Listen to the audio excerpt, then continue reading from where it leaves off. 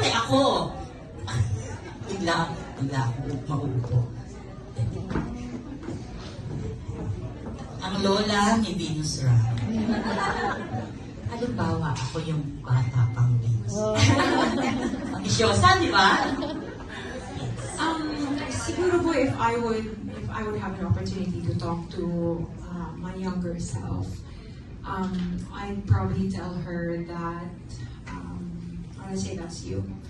I'd probably tell you that, you know, I know you so well. I know you so well, and I know your heart. You have such a tender heart within you, and God has actually made you to be like that. But because you are longing for something deeper, and you're longing for something more, you're longing to be loved, you're longing for someone to protect and take care of that heart. You have given your heart to many, many people. You should be careful, because one day you will find out that your heart will only be filled by the love of God. It's not the love of those men that you are thinking to be the ones that will fill in the void in your heart. It's actually the love of the Lord. And when you find that one day, you will have that fulfillment. And that you will know that you are full, that your heart is well taken care of, and that you will find true satisfaction in the Lord alone. Thank you, Ate. Diba? Younger Venus. Sobrang ganda yung message mo. Any more questions?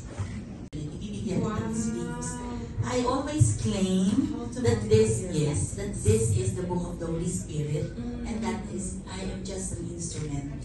One kwento about this is, a beauty queen material wanted to talk to me. She was given this book, and she told me that it took her 2 weeks before she could turn again the pages of the book, chapter 1 pa lang. Why? After 2 weeks, she realized that the book was talking to her kasi back when she was 12 to 13 years old, she got herself pregnant and she aborted the baby. And because of this book, she is now into pro-life.